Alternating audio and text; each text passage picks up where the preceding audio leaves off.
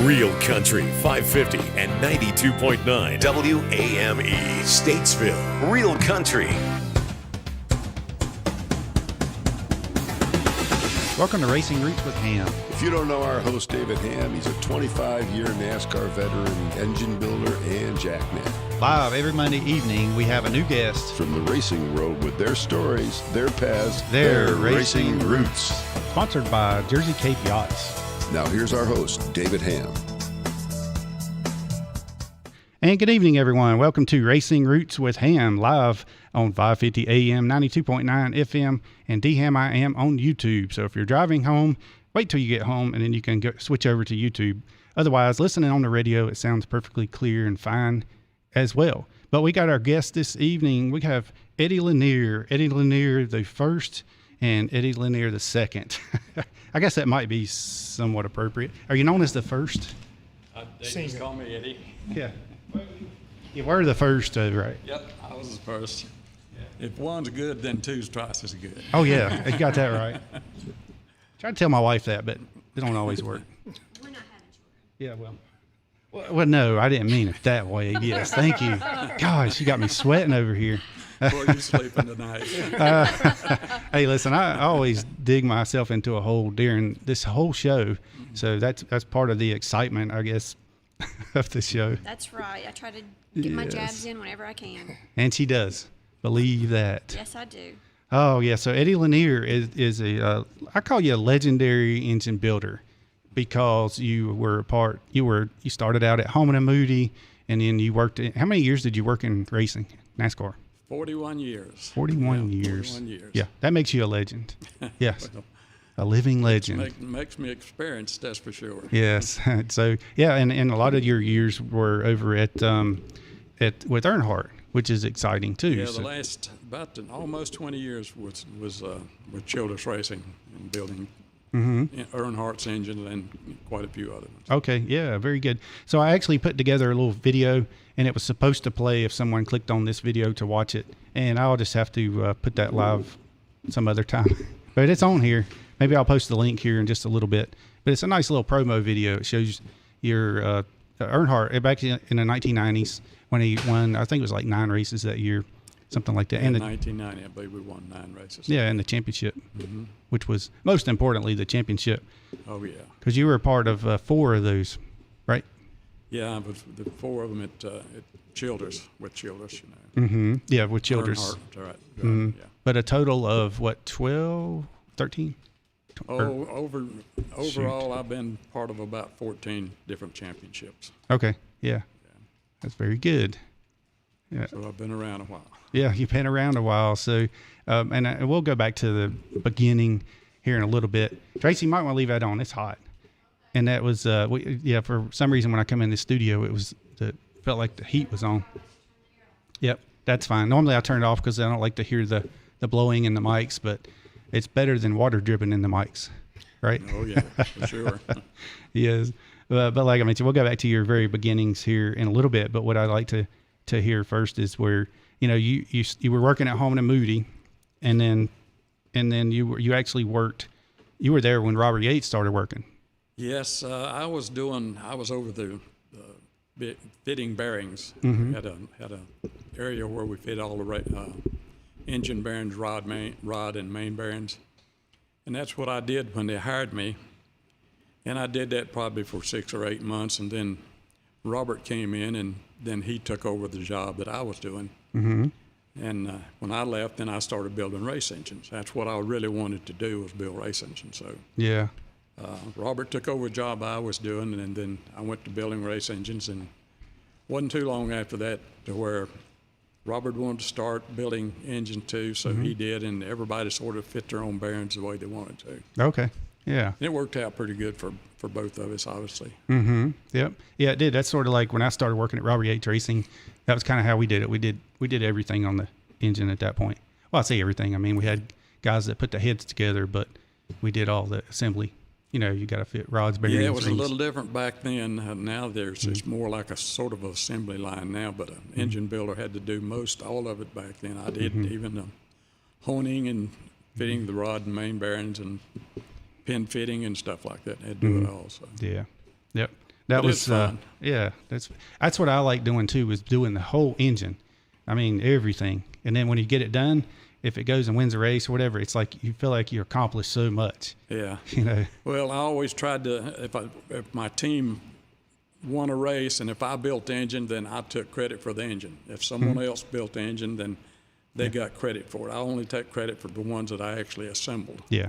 Well, that's where that you're being a part of this many wins and that many championships. Yeah. Yeah. Because I mean, it does take a team, you know, to do all that, to do everything.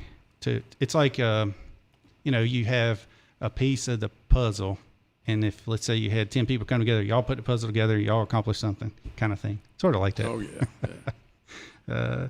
But yeah, so that'd be a good way segue into going back to your beginnings before Hamm and Moody. So you know you wanted to be an engine builder, but what started you on that track of wanting to be an engine builder? Well, from the time I was just a child, when I was 5 years old, people don't know this, but I had polio when I was 5 years old.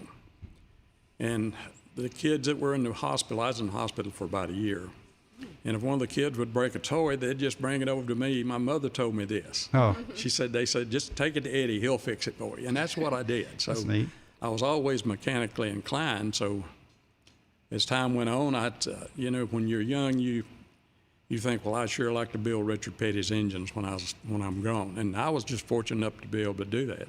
Yeah. You know, when you're young, you're always saying, well, I'm going to do this and I'm going to do that when I get grown. And that was one of the things. After I saw Richard Petty race, I said, man, I want to build his engines. Oh, You yeah. know? Yeah. And then that got basically happened in Oh, it sure did, yeah. 1969 when he started driving for Ford again, right? Yes, yeah.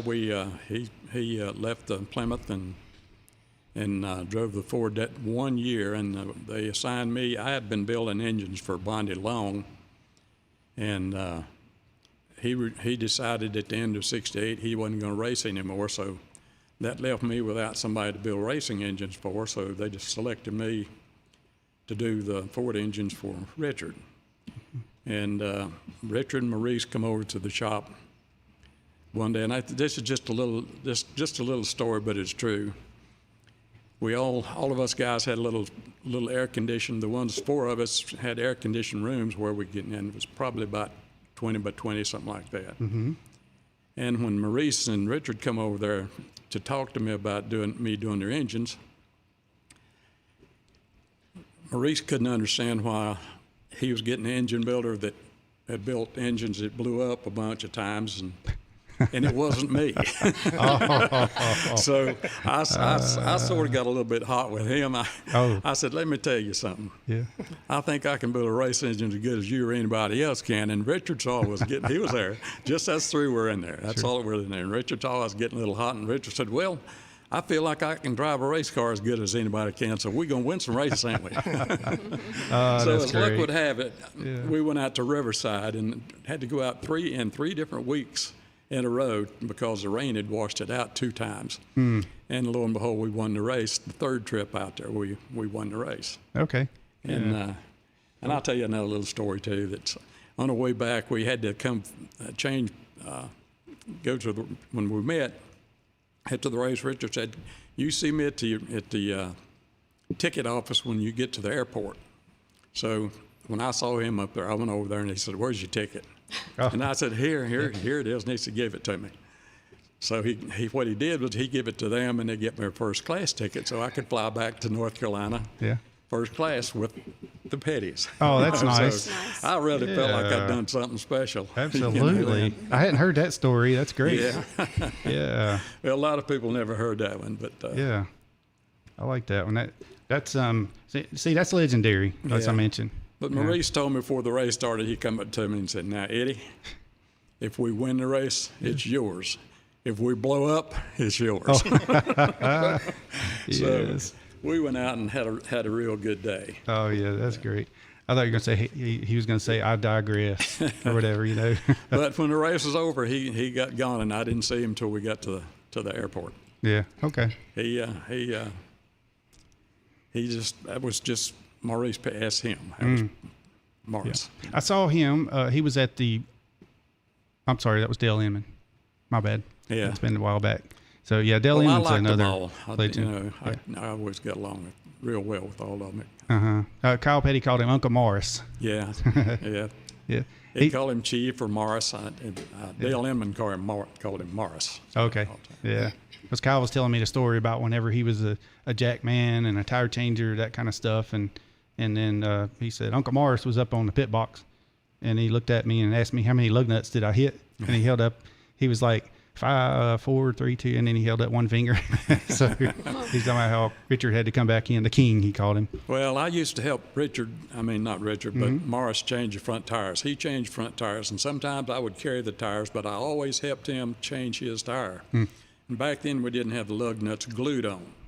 So I always carried 6 lugs, so if something happened, I'd have enough to get them on. But I'd start 4 lugs when he was changing one, and he just couldn't get over the fact that I could put 4 lugs on them studs. Yeah. By the time he got one on there. Oh, how about but that? He was using the air wrench. So Yes, right. So and that worked out well. You know. So Mario Rossi, I guess, would have been the one that did the lug nut deal where you glued them on. Yeah, I at some think point. so. I think Bobby Allison was driving for him when they first started doing it. Yeah, somewhere in around 71, something like that, thereabouts.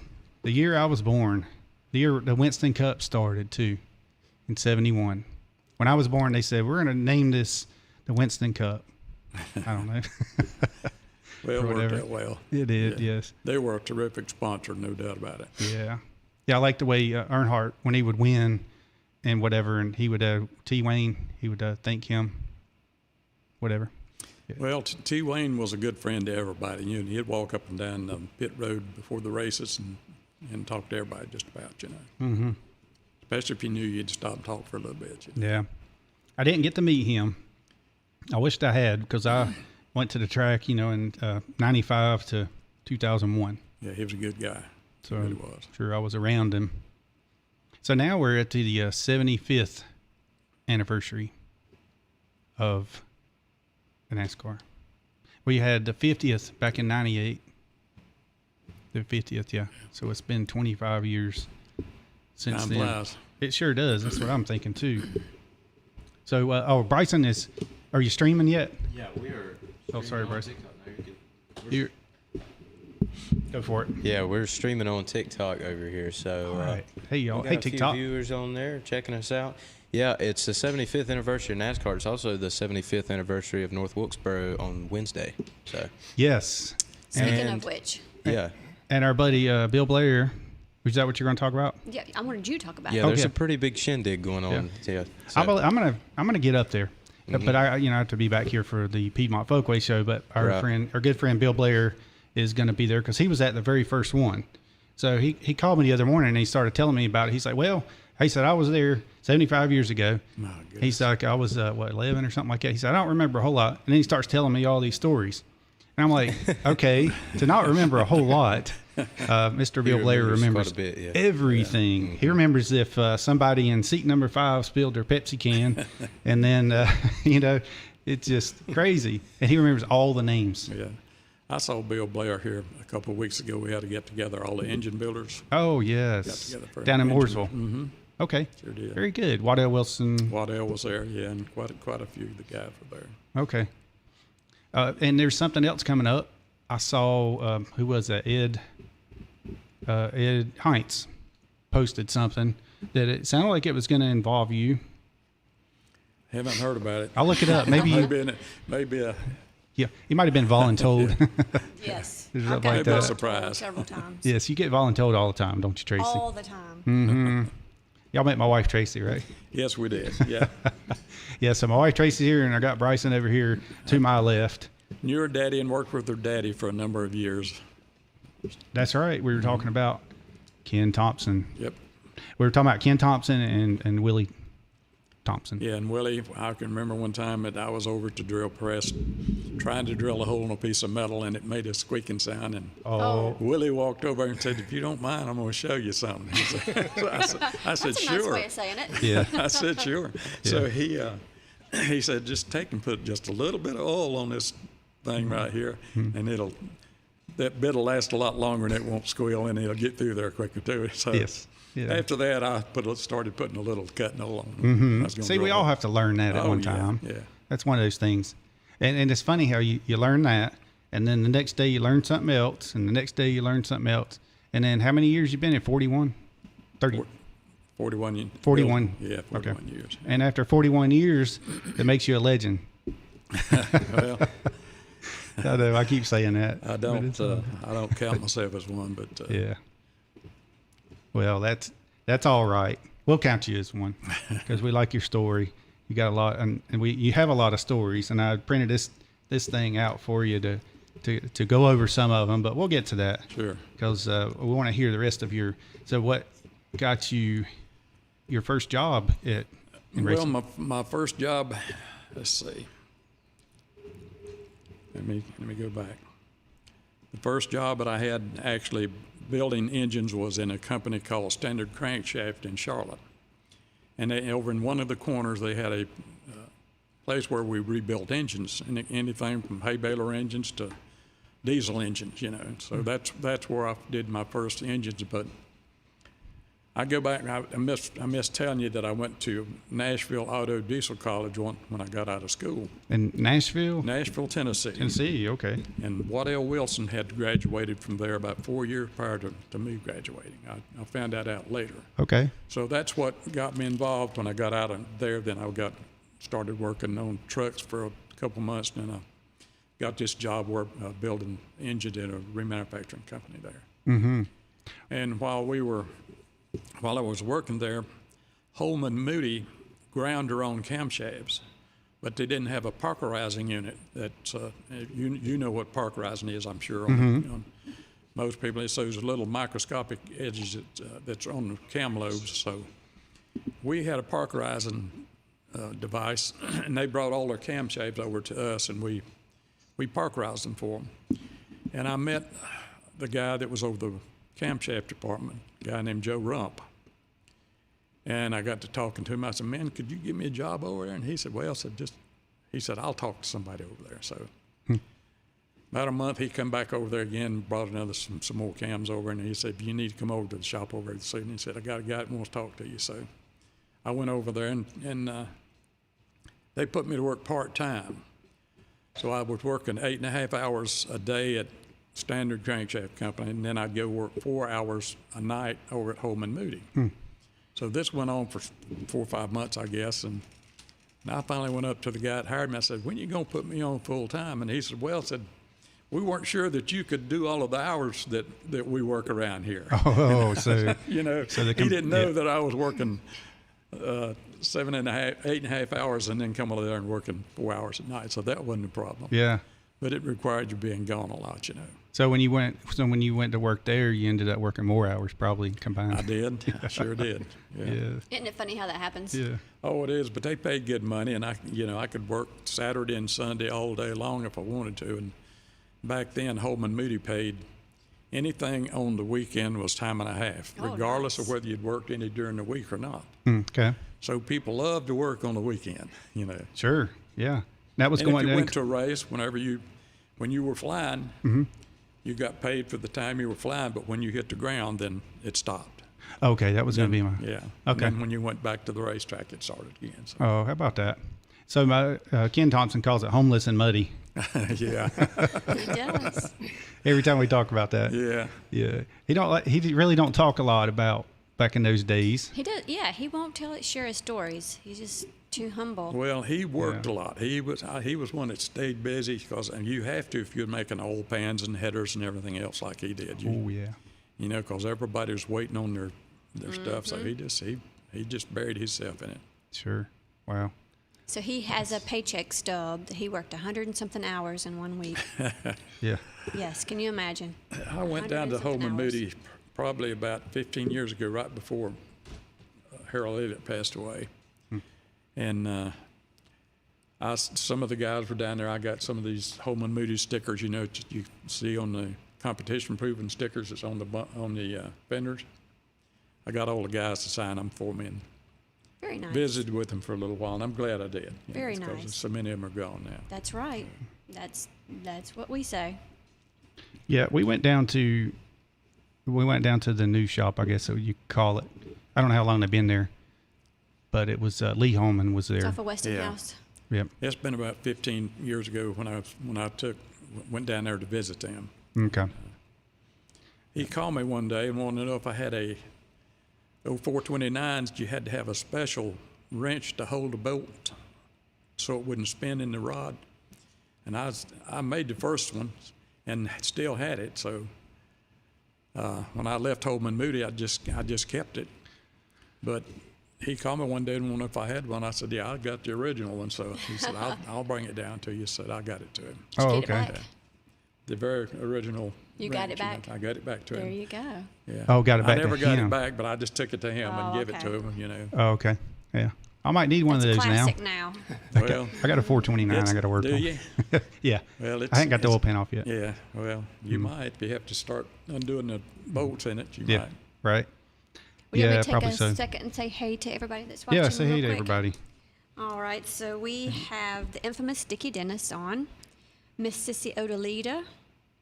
We've got Mark Wright, and we've got Philip Riot. So there is one question. Let me find it. Mark Wright says, can you ask Eddie if Herb Nab need to be in the Hall of Fame? Herb Nab. Herb Nab. Yeah. Did I say it wrong? Herb Nab? Yes. It's okay. Does he need to be in the Hall of Fame? Well, I would think he should. He worked in racing, won a lot of races, worked a lot of places, but he was a good mechanic. I know when I went to he liked to kid with people a lot too. But when I went to work for Junior Johnson, he walked over to me and said, "I know why you come to work here." I said, "Why is that?" And he said, "It's because I work here." Oh, okay. Just kidding, though. I thought you was gonna say That's the way because that was Herb. of the spirits, the shine. Oh, yeah, that's shine. He was close to the ground. He was built close to the ground, but buddy, he could change a tire. There you go. Oh, he was that's closer cool. to Yeah. it. That's why. Real stocky, you know. He Yeah. was really stocky and strong. Yeah. I've got that not so tall syndrome going on. Well, Not me so too. Not so tall. Yeah. Dickie says he's just 30 minutes south of Richmond. He's talking to Philip. Oh, Philip's okay. Had Gotcha. flat tires. Oh, you're going to go bail him out there, Phillips? Hey, Philip, I got your cards. I got Sterling to sign them. So I'm working on it. Got to get them in the mail. You know, like they say, checks in the mail. Speaking of Sterling, we talked to him earlier, or he called. Scott called. He was hanging out with him down in Florida. So got to talk to him a little bit, Sterling Marlin, and he's doing really good. You know, he's got Parkinson's. Oh goodness, I didn't know that. Yeah, but he had a procedure done that helps to straighten out some of the electrical stuff going on there, and he sounded good. Well, I wish him all the best. Yeah. Yeah, sure do. We had a reunion about a month ago, I guess it was, down in Mooresville. He come over and for that. So I was the last man standing. I was down there talking to one of his cousins, and then he's like, "Hey, we could talk all night," you know. And I was doing some video and whatever, David was like, I sure can. listening to stories, and I was like, I was ready to stay up all night, and I looked around, everybody was gone. I walked out, and everybody's gone. So anyway, it's 2:00, so I didn't quite make it all night. Yeah, I retired about 1:30.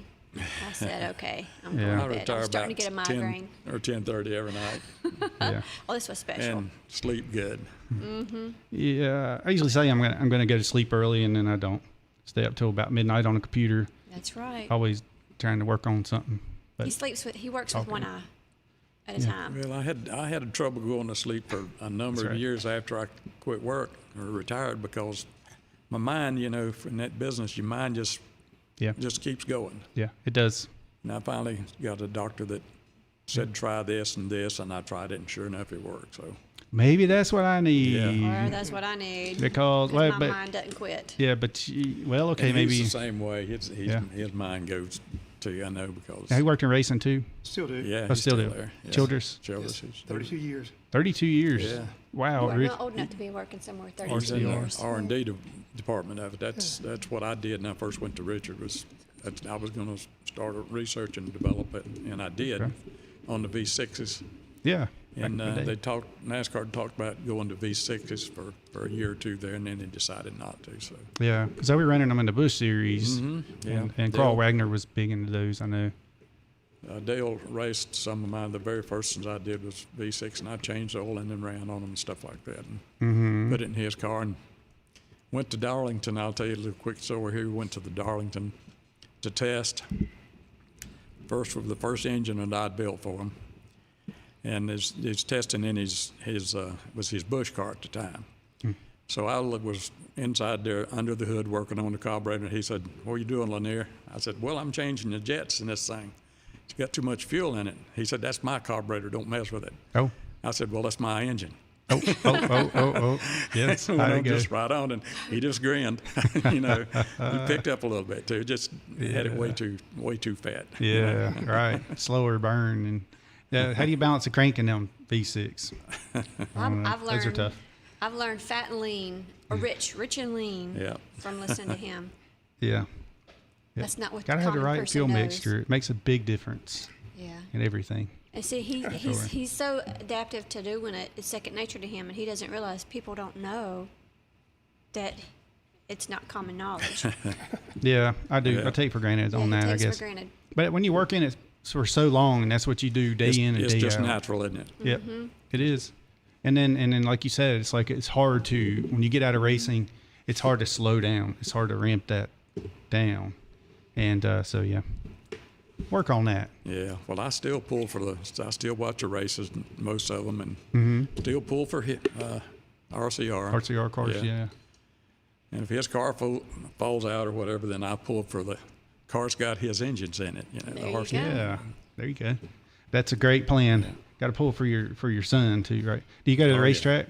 No, sir. Okay. That's one of the first things I taught him when Yes. he come to work. I said, whatever you do, don't never start going to the racetrack. Yeah, you'll be Get stuck. You'll be doing it. Yep, that's for sure. All right, so we got Eddie Lanier in with us, so we're going to take a quick break. And I also want to thank Swimming Pool and Spa, Neil Johnson here in Statesville, and he's over here off of Davie Avenue. It's 240A Davie Avenue, right beside the Pizza Hut, across from the Walgreens and all that stuff. But if you need your pool serviced, you need a pool liner put in, or you need him to shock it, he'll come out there and do it himself. Shock it, vacuum it out, whatever you need done to keep your summer cool. And he also has spas for sale as well. Give him a call, 704-727-2488, and swimmingpoolandspa.com is their email address, or that's their website, sorry. And that's got all their socials on there. They are also on Instagram and Facebook. We'll be right back to Eddie Lanier on Racing Roots with Hamm. Carolina Tan brings a whole new meaning to the words tanning salon. In addition to having the very best tanning equipment, Carolina Tan offers infrared sauna and massage, red light therapy, in-studio teeth whitening, and spray tanning. They now carry boutique items such as locally made earrings, books by local authors, boutique tunics and jackets, ceramic planters, candles, tote bags, wallets, and many unique gift options. And a complete line of premium skincare.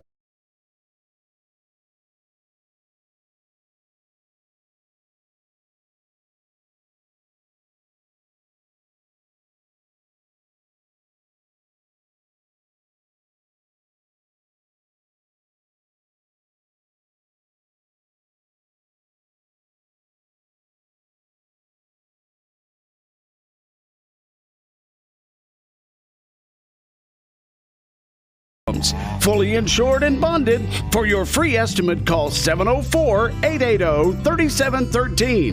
Visit them online at popestreeservicellc.com or on Facebook. Pope's Tree Service. Attention to detail guaranteed. It's time to get cutting with Pope's Tree Service. Come and join the team at Statesville Ag and Turf, the area's fastest growing Kubota tractor dealership. They are currently looking to add service technicians to the service department.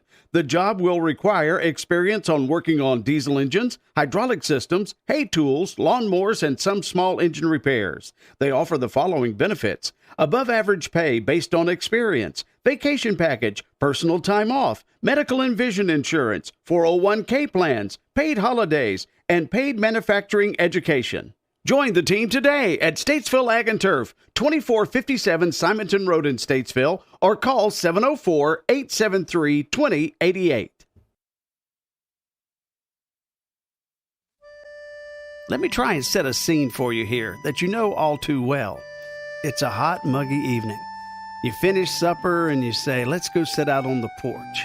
You go outside and the crickets are chirping. There's just a slight little breeze. and you sit down in a beautiful, sturdy, wonderful Troutman rocking chair. That's right. Troutman rocking chairs are made with you in mind. Made right here in beautiful Iredell County, North Carolina. When you buy a Troutman chair, you buy quality, craftsmanship, and long-lasting furniture that you can pass down to generations. So come on, sit out on the porch with me, Andy, and Barney, and Aunt Bee. Let's just rest a while in a Troutman rocking chair.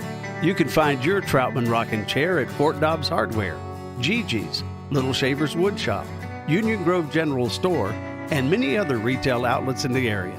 If you want to find out more, contact TroutmanChairs.com. 550 and 92.9 WAME. And we're back to Racing Roots with Hamm, and we've got Eddie Lanier in with us, a 41-year veteran in NASCAR, and he's an engine builder back in the Holman and Moody days, all the way up through 4 of Dale Earnhardt Senior's championships. And we also have Eddie Lanier the second in with us. And you've been there how many years? 30? 32 years. 32 years at Richard Childress Racing. Yes, sir. You ever get any of his wine? Yes, sir, I do. All right. Yes, quite often. You didn't bring us any? I'm just kidding. Just kidding. Yeah. I hear it's good stuff. Yeah, my wife likes it a lot. You can get it at the food lines Don't and they have a different vineyard places. close to here somewhere? Yeah, they do. We passed by it the other day. Yeah. It's off of I guess he got 64 them about everywhere now. Yeah. up that way.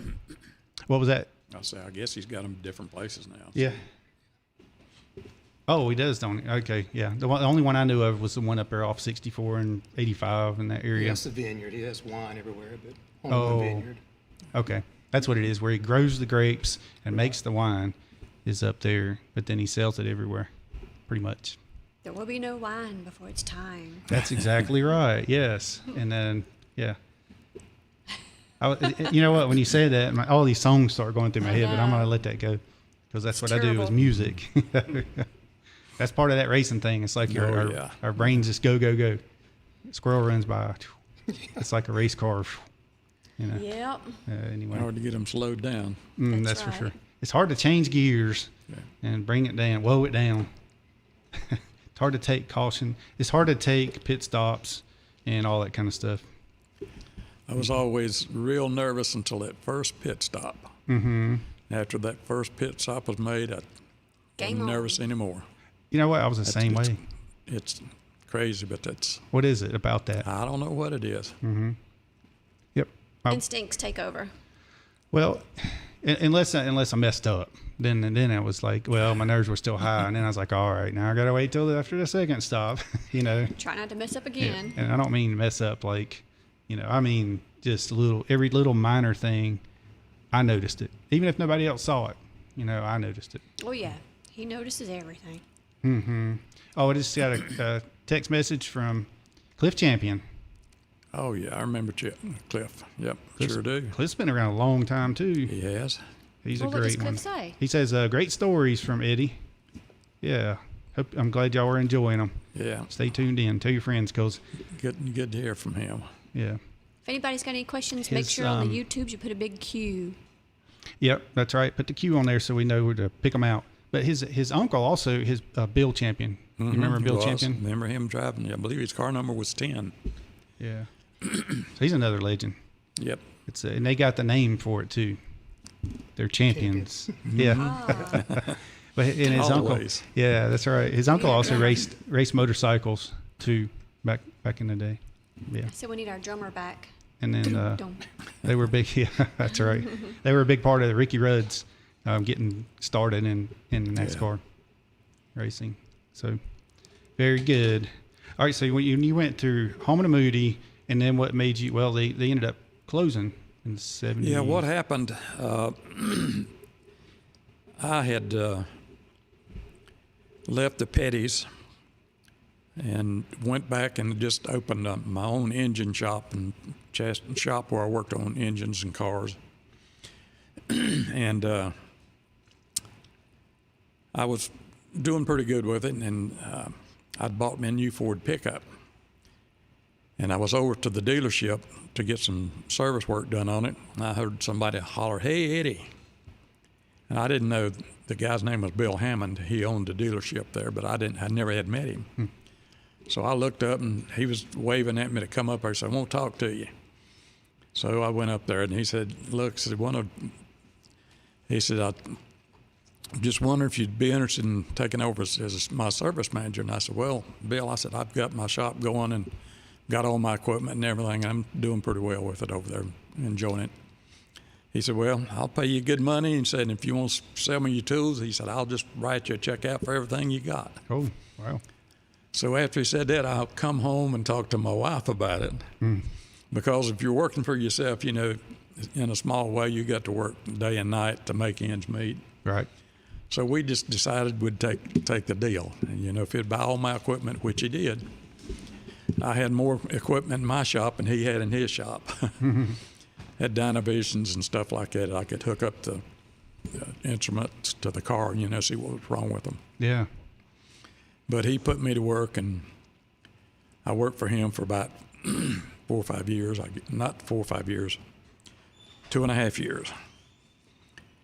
And I got a call from Robert Yates.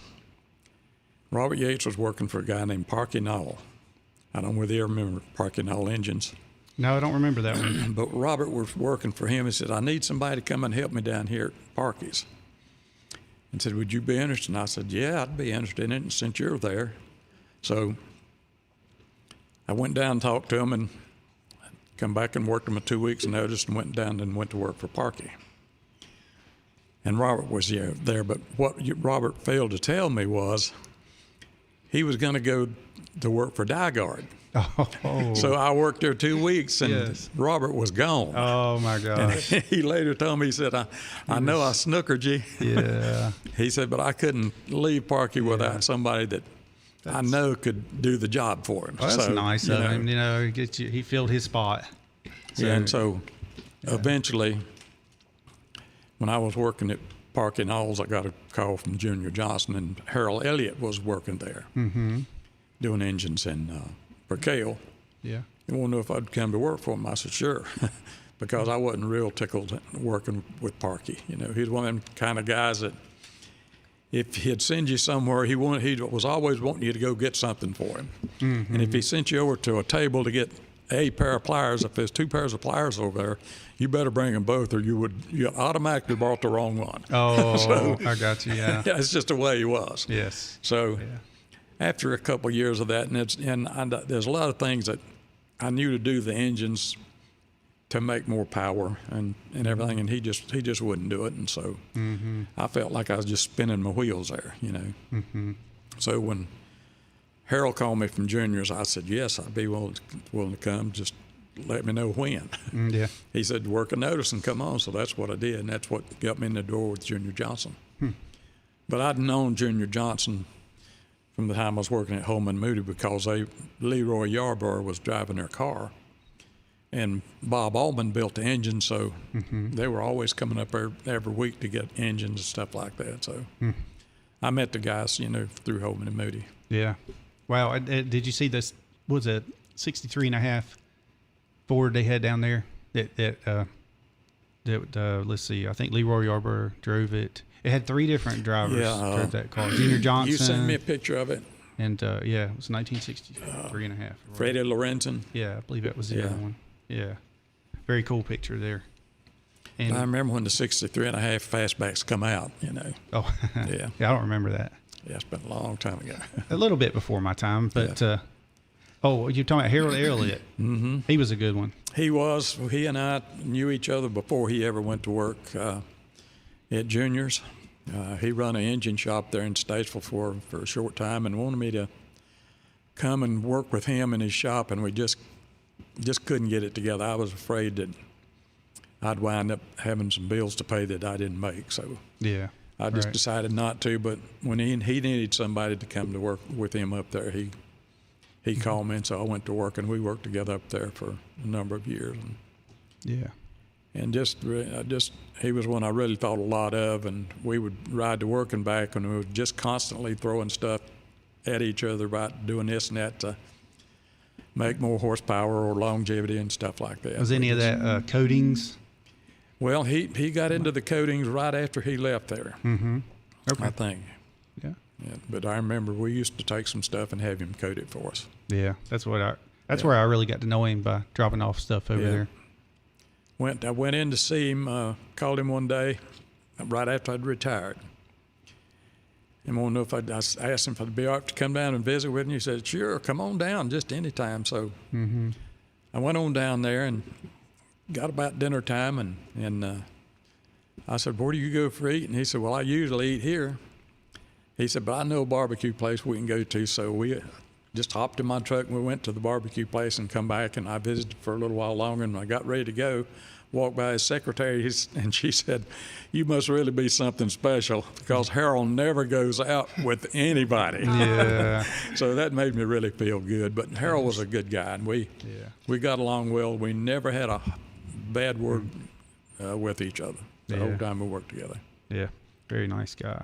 Tracy, do you have a question over there? Yes. Dickie Dennis says, does Eddie have an oops moment or story that stands out in his NASCAR career? Well, I had something that wasn't really a bad moment, but it could have been. We were out eating supper one time with Dale Earnhardt, and all our crew was out sitting together. We were sitting across from each other.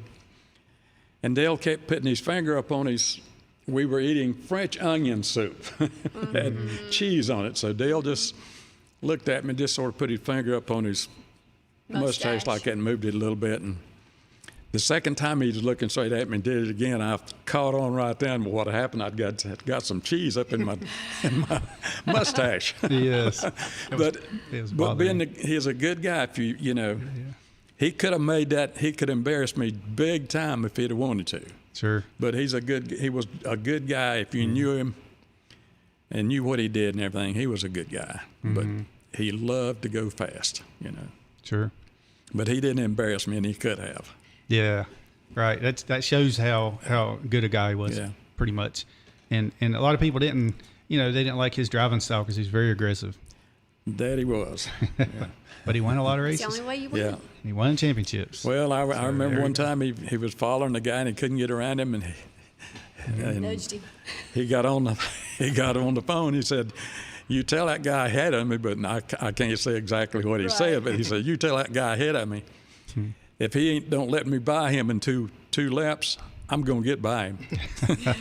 and he did. Yes. Yeah, there you go. But when you're half a lap behind somebody and you run them down and they want to block you and hold you up, then that's almost, in my mind, that's the reason enough to bump somebody out of the way. Yeah, it is. When you're that much better than they are. Because at that point you're really being aggressive too. Yeah. Because you're not getting out of the way. You know he's coming. So we were in the video that I'll put on here, and y'all can see it later. I put in there the very first race on it was in 1990, and it was the Daytona 500, and he led 155 laps. Oh yes. Yeah. Got down to the last half a lap. Half a lap, and the lap before we got the white flag, and some of the guys just jumped up and carried on just like I'd already won the race. And I said, guys, don't do that. I learned through the years never to get excited until you see that car coming by the checkered flag. It's like jinxing it, right? So sure enough, cut a tire down going down the backstretch, and nobody but Earnhardt could have finished fifth place and with a cut right rear tire, I guess it was. Right, yeah. At Talladega, or Daytona, I mean. Yeah. And that's a heartbreaker. But you went on and won both Talladega races that year. Yeah, we won the firecracker race, or wasn't it firecracker? They didn't call it firecracker then, but won everything.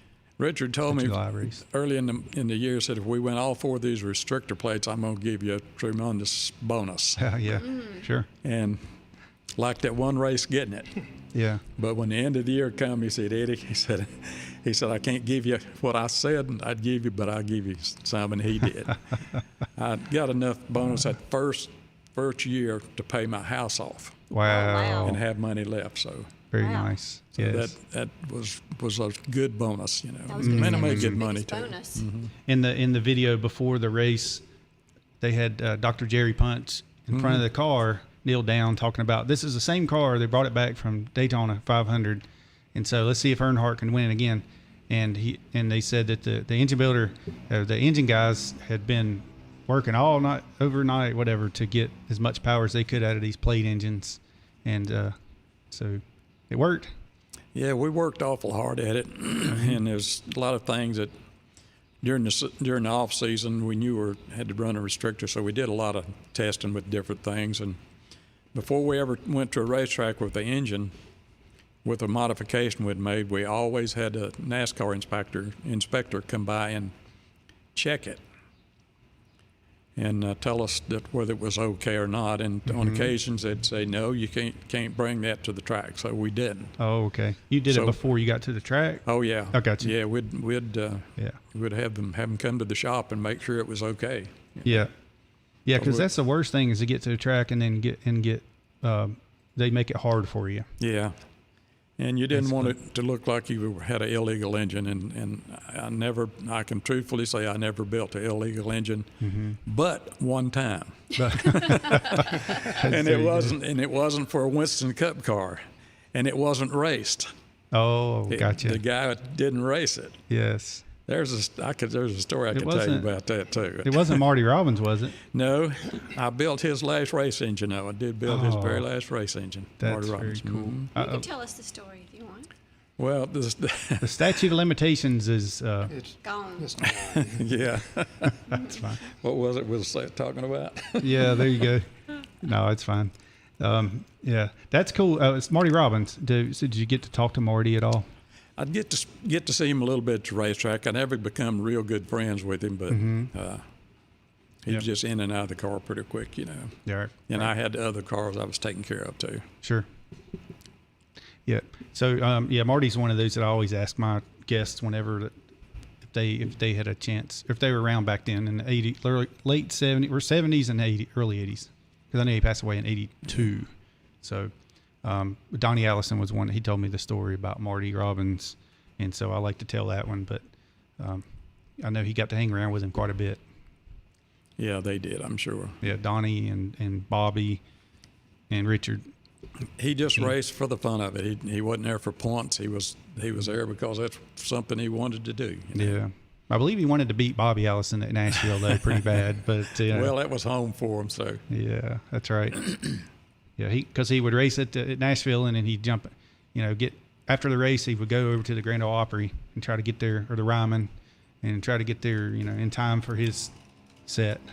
So, yeah. So the Earnhardt, whenever you, I was telling you about my video. So I also put in there the other race. Let's see, I put the last race in because he ended up finishing third, I think, in Atlanta.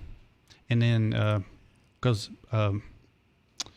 Morgan Shepherd won the race at Atlanta, and y'all won the championship that year. Yeah. And that was one of them. But what other ones? So 90? We won 90 and 91, and then 93 and 94. Okay.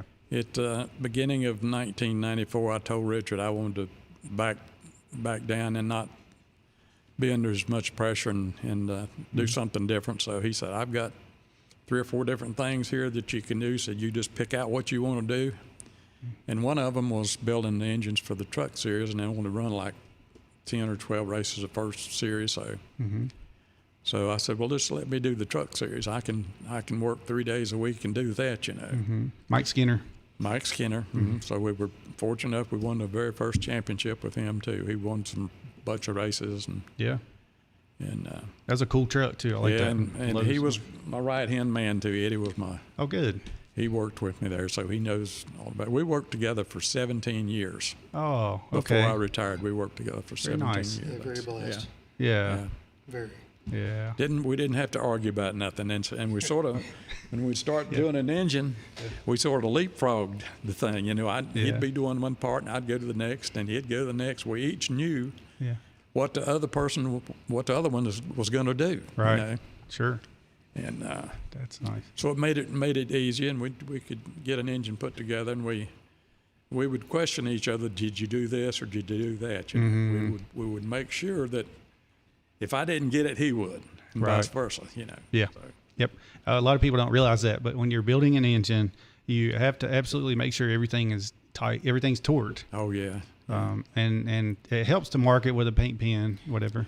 Yeah, you know, and he does that now. I do that and everything. I learned to do used that. Torque cylinder heads and use a number count, for Yes. the torque of my cylinder heads. When I got to 24, I knew I was to the last one. If I didn't got to 19 or I knew I missed a couple on the side there or something. But, That's right. Yeah. but always had system of numbers that we went by, pretty much. Yeah. I was obsessive about that. And what's funny about it is that now when I work on my streetcar stuff, I'm still obsessive about it, But when I worked at a dealership before I got into NASCAR, it was like hammer down with the impact, and it was tight, Well, when I take my car to the dealerships to get my tires changed, I carry my torque wrench with me. Yeah. And Good they man. probably think this guy's a real idiot. Yeah. Well, but I ask him, and then I tip the guy, whoever's doing it, whoever's rotating my tires and changing oil and stuff. I'll give them a little bit of money because they'll know that I'm going to come back and that I'll take care of them. If they take care of me, then I'll take care of that. Yeah. right. And that's actually very important too. Oh, yeah. That they torque those wheels instead of absolutely. hammer down on them. Yeah. We had these things called torque rods, and they just take the torque away from your impact. Yeah. And And if your air pressure is not the same now as it was then, it won't pull it. That's not right. as tight. So if it's not 100 pound of air, then it's whatever. I got a set of them laying in the bottom of my toolbox. Yes. Where it needs to be. Yeah. I definitely always torque. I pretty much torque everything. Yeah. But at the dealership, you had to torque certain things. I mean, like head gaskets, certain things. Yeah. But anyway, that's one of the things that being an engine builder makes you more meticulous, especially when you start out being you do your own machine work, and you see how torques can make a big difference. Oh, yeah. And then bolt stretch, and then if you see bolts break because they stretch too much, or even you see head studs, like on the SB2s, we had the neck down head studs would actually, the threads would stretch after they were torqued so many times. And then, anyway, that could cause an engine failure. Well, the engines are a whole lot different now than they were back when I was putting them together. But he still does a good job. When they need something done fast, they just push it into him. So, you work with Lanny Barnes. Yeah. Yes. Very good. Lanny's a good one. And do you work with, let's see here. Bob Fisher, yeah. Ron Liddell and Paul Ward. Okay. Brian Price. Yeah. Okay. Brian Price. Alan, glasses, blonde hair, short guy. He used to work. Alan Rose. Yeah, he used to work there with us. Okay. Yeah. Sorry, I know we're name dropping right now, but it's kind of interesting to the people. Scott. I was going to say DeHunt, but that's not him. We used to work with him. DeYoung. That's it. Yeah. Used to work with him years ago. For a little while. Yeah. Well, while you're looking at that, so there's a question that came through. Mitchell Courtney says, do you remember the Dale and Dale show? I've heard of that. Yes, I do. Very well. It didn't turn out like I thought it should, but Dale won. It wasn't Dale Earnhardt. It was Dale Jarrett. That There was you the go. Dale and Dale show. Okay. Yeah, See, how could I forget that? I'm just asking questions. Yeah. I remember Do you remember that, Yeah. but I don't remember ever watching or listening. Or wait a minute. Dale Earnhardt and Dale We're at Jarrett. Daytona, Just Dale and and Dale. Dale, The race. Dale was leading the race, and Dale Earnhardt was behind him. Yeah. And his daddy was on TV broadcasting it. Oh, that's right. Ned Jarrett was on it. And, That's it. And he said, and he made the statement, who I'm pulling for. Yes. And when he got to the racetrack the next week, he apologized to Dale Earnhardt for making that statement. He said, no, I'd have done the same thing. Yeah. Right. Well, that was You nice got to of be him. pulling for your own son. You mean, Right. Yeah. That's what I was thinking too. Why would you not, He's just being honest. Oh, yeah. Which is what Ned is. Very honest. Yeah, we'd had them covered a lot of times and just didn't get to the checkered flag ahead of the rest of them. Mm-hmm. Oh, I meant to ask you this, and we're just going to backpedal a little bit. Don't forget commercial. Yeah. And I was thinking about waiting until the top of the hour because then I could play the station ID. There you go. Or right before the top of the hour. But Pete Hamilton won 1970. Yes, I was working for the Petties in 1970, and Pete won 3 or 4 races that year. He won the Daytona 500. He beat David Pearson on the last lap, and I can still picture it in my mind. Yeah. And, 71 car or something. I don't remember. David Pearson. It was a 70. Okay. Yeah, the one David Pearson was in. Yeah, 1970. Yep. Oh, yeah, I remember he won the 1970 Daytona 500. I was talking about David Pearson's. David finished second to him that particular race. Yeah, that was so that was his first win of the season, and he ended up winning more than that. That's cool. Yeah, he won at Talladega and maybe in Michigan. I think he won 3 or 4 races that year. And that was your first that you were a part of Daytona 500 win? Yes, it was. Okay. Yeah. He was from, was he from Massachusetts? Massachusetts. Good guy. Yeah. Passed away about 3 or 4 years ago. Oh, okay. Yeah. He always reminds me, for some reason, about Neil Castle's Soapy. I don't know. Were they alike? Because I never met him. No, I didn't. He was some sort of reason. a quiet person. Yeah. Okay. And studied the car. He was one of those that was sort of quiet and was working on his mind was going, to try to make the car faster. Yeah. You talking about Neil? No. Okay, got you. Yeah. All right. So whenever you worked with Robert Yates, and now I'm going to look at some of these. I didn't make any notes, but I printed off the stuff because I wanted to make sure we covered these stories, and we got about 30 more minutes, so I'm not worried about time. But I do want to get these stories in here because they're really great. And one of them was when you were working at Hamm and Moody, and since we're talking about Hamm and Moody again, you had the shocker table. Tell us about that. Well, we had metal tables that we worked off of. You worked on metal tables, and during lunch or break time, we'd all go out there and crawl up on these tables, and there was a magnet in there. Mm-hmm. And you could take it with your hand, lift it up with your hand, and turn it with your hand, but it was hard to do. So I got one of them old drive rods off of a Ford, and I made a crank out of it. Which is a distributor kind of, and it generates so, electricity. Yeah. Waddell Wilson was eased up on that table, and I took that thing and cranked that thing. Who in the hell done that? That's funny. We had a lot of fun, but it was done to me too. Oh, sure. Of course. Yeah, that's the kind of stuff. I mean, being in racing, you saw a lot of that type of things going on. We had a good time. I think you worked so much that you just, you know what, we can just do whatever we want to do because we're pretty solid here. We put in enough time that I don't think they're going to just replace us like that easily. We become family. That too. But you were talking about Bob Allman earlier. Yes. And engine builder at Hamm and Moody. He was so meticulous, but he was very slow and methodical. Yes, he was, and a good guy. He was. He took plenty of time to do whatever it was he was doing, but we always cut an oil filter open to look and see if there's everything.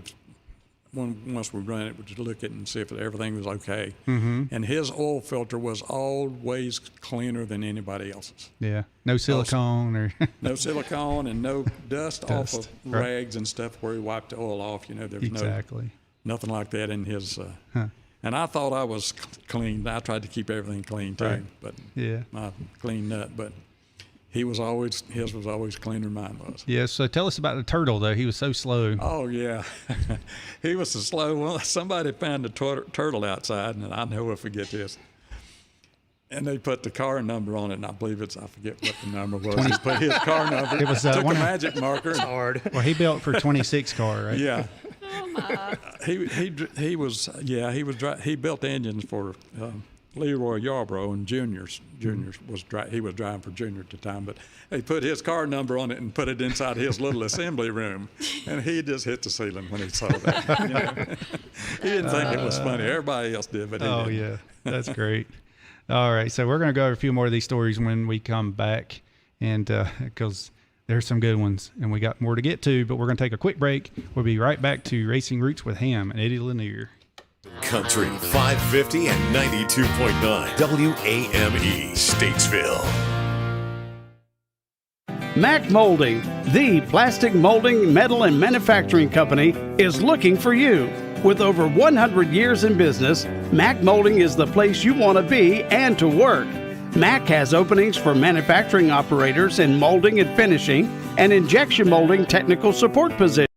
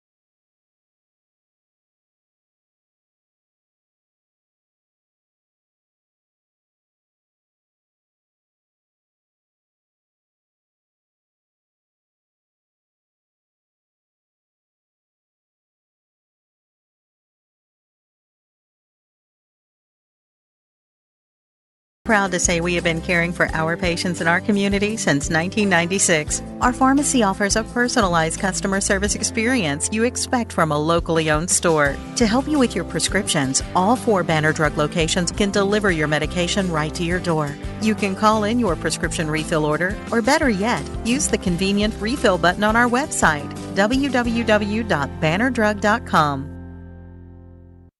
Real Country 550 and 92.9 WAME. And we're back to Racing Roots with Hamm right here on 550 AM, 92.9 FM, and DHammiam on YouTube. And now we're going to switch over and stream on Instagram as well. So there has been times where I streamed on Facebook and Twitter and Twitch and LinkedIn all at the same time. But the whole end goal is for people to come on to YouTube, because on YouTube, I have all the different cameras and that kind of stuff set up because I like to get close-ups and different angles and, try to make it as interesting as possible and to document this, And we can interact better on it because we can see the questions that come through. Yes, we can see the questions too. And speaking of questions, did you have another one? Yes, Dickie Dennis says, did Eddie ever build motors for Sox and Martin drag racing motors?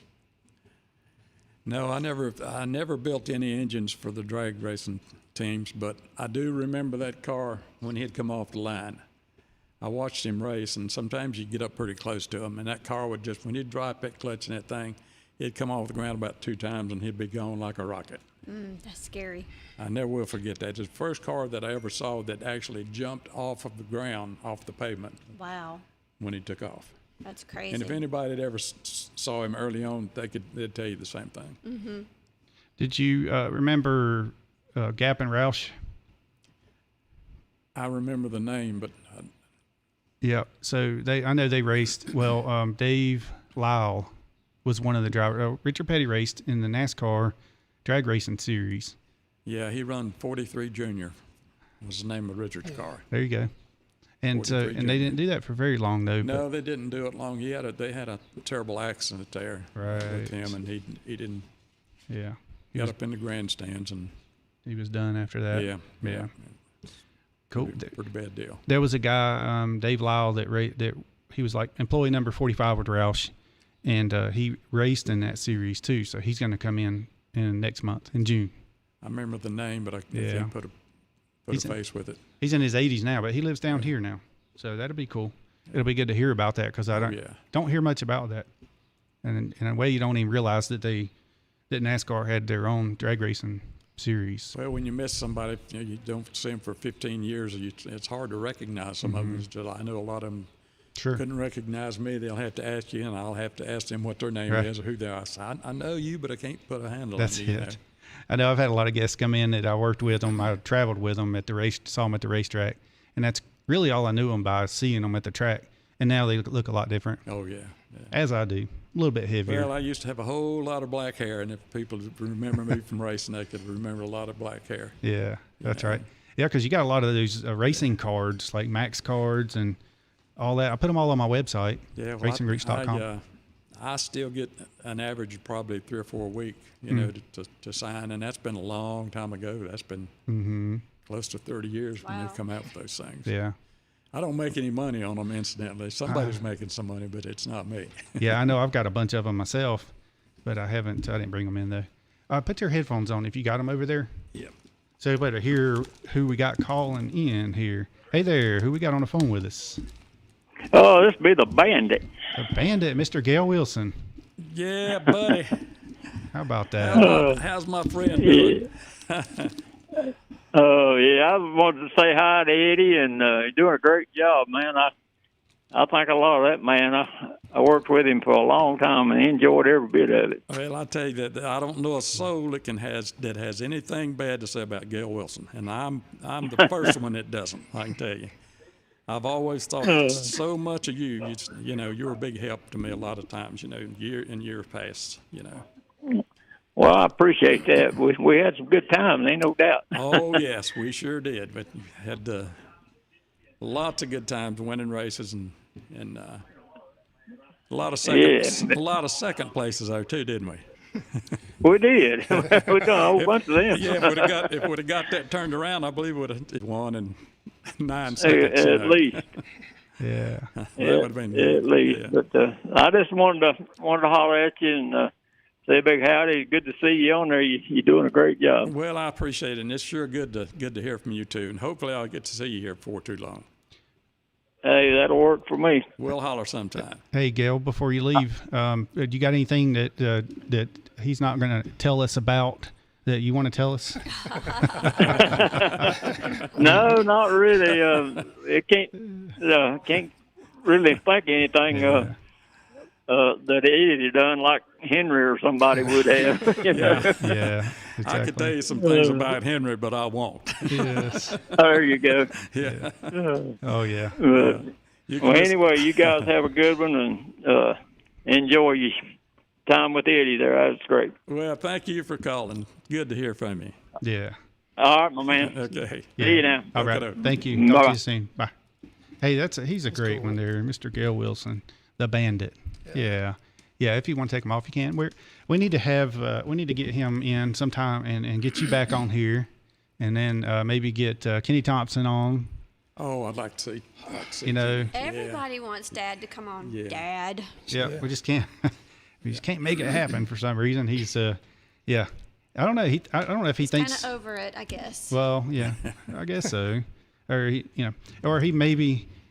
You know, he's done so much, but sometimes we think that people don't want to hear about that, but people want to hear it. So we need to, anyway. Dad has a lot of people that do. look up to him, Yeah. whether he knows it or not. A lot of people in the industry look up to him. Oh, yeah, for sure. Mm-hmm. I wish I had 1/8 of his ability, I can tell you. Thank you. He's, Thank you very much. yeah. Yeah, so you worked with Dale Earnhardt, of course, David Pearson, Kel Yarborough, Harry Gant, and Richard Petty, and you've been associated with 60 Winston Cup victories and 11 titles. Yeah, and I won a couple of the races that I did. We won a race with Bobby Unser up in Milwaukee. Okay. Back in '68. Oh, wow. We run 4 races up there, and he won one, and I think Super Tex won the other ones. Okay. AJ. All right, yeah. And I'll tell you a little story about that. We was after the race, and AJ had won it, and there's a little boy standing there talking to AJ. So one of the reporters come up and sort of pushed this little kid out of the way to talk to him. And I never will forget, AJ just about grabbed him, and he said, "If you want to push somebody, you push me." Wow. So yeah, he got hot pretty quick. He didn't appreciate that a little bit, and I didn't either. But right. I just happened to be there when it happened. Oh, that's cool. He was kind of a pistol anyway, wasn't he? Oh, AJ? yeah. I built some. He run an engine at Daytona that I built one time too. Oh, yeah. Yeah. And also in the truck series, of course, you got wins in that as well. Yeah, and another, that title was probably part of that. Probably 15, I don't know how many, 15 or more, I'd say. Yeah. And back to the talking about Holman and Moody, you work with some guys like, of course, Robert Yates, who, when you started there, when Robert Yates started there, he took your place fitting bearings, and then you moved over to building the engine. Right. And then you also work with Tommy Turner. Yes, I did. He come to work. I think maybe he and I come to the same day, full-time employment on the same day. Okay. And he was always a good guy. Tommy was. So that's a name that I've heard since I remember hearing All my that. life. Well, yeah, me too. All my life. Because and then I went to high school with a kid named, and his name was Tommy Turner, but it was definitely not related or whatever. But and then I remember thinking, hey, Tommy Turner, I know a Tommy Turner in NASCAR. Yeah. Well, he built the short block for the Wood Brothers for so many years too. Okay. He did short block with the pan on it, and then Leonard would bolt the heads on, up there at his place. Yeah. Yeah. Up in Stewart. Yeah, but Wow. early on, Tommy built the whole engines for him, but Leonard got to where he wanted to do the cylinder head work, and he did. Yeah. So, That's somebody else I'd like to get on the show, Leonard Wood. Yep. I've got had some videos the guy sent to me recently that he was in from Yates Racing. Yeah, when he was there. Yeah, he would always come in and build his own carburetors. Yeah. When the Cup Series run carburetors. Yeah. So I saw him quite a bit. One of the reasons another reason I got back into racing was that I was a service manager at the Ford dealership for a couple of years in Statesville, and what's his name? At the Ford dealership? Glenwood. Not Glenwood. Lennon, but Glenwood found out I was working there. Okay. So he come by to see me one day and said, Eddie said, you really need to get back in racing. Said, that's where you need to be. Oh. So it wasn't long after that I got a call from Robert, and that's what's got me back into racing again. Okay. Wow. Well, that's cool because not everybody just gets that call from Glenwood. No, he actually, the very first engine that I'd want to race with was in one of his cars. Mm-hmm. And most every time when I'd be at the racetracks, he'd come in on Sunday morning, and he'd be standing outside the garage area talking to somebody, and if I'd happen to be walking by, he'd say, come over here, Eddie, I want to introduce you to somebody. And he'd tell me with their names, and he said, this guy's first win was in our race car. His first engine was in our race car. And he liked to tell that story and did a lot of times, and I always appreciated that. Yeah, that's great. Heck yeah. So at Holman & Moody, the new meaning, I'm reading this thing again, the insignia on the Holman & Moody Fords was CP, for competition proven. In 67, Richard Petty gave Ford and everyone else a beating to remember, winning 27 races. I remember quite well. 10 in a row at one time, too. Yeah, he won 10 in a row, I guess it was. More than that, wasn't it? And, of course, the championship. He won 27 races that year. But yeah. One of the guys at the shop said CP don't mean competition proven, it means catch petty. Yes. And Dick Hutcherson told me one time, he said, he said, if it hadn't been for Richard Petty, he said, I'd have been a hero. He said, I finished second to him so many times that year that he won all them races. Sure, yeah. Gosh, that's crazy. That is a lot, I mean, obviously. And then another story you told was about Robert Yates. And this one I had never heard until I saw this. But Yates to the rescue. Yes. Yeah, I remember that quite well. We stayed across from the racetrack at a motel, I think it was Holiday Inn, but we'd got through eating one evening, and it was sort of dark. And when we went to our rooms, we'd had to go by the swimming pool there, and there was a little kid out in there just bobbing up and down. He had fell in apparently, and Robert just jumped right in there and got him right out. It was way over this kid's head. So this kid might have drowned if it hadn't been for Robert. But Robert just jumped right in there and stuck him back up on the edge of the pool there. Mm-hmm. And that kid was just a squalling, Yeah. But Robert didn't think anything about it, We just, we got him off, and I can't recall whether the lady, its mama, come and picked him up or what. Mm-hmm. But knowing the Yates family, that's pretty much the way that they are. Yeah. They don't want any accolades. They just say, they're very modest. Well, Robert and I were together where we're alike a lot, too, because we didn't use profanity. Mm-hmm.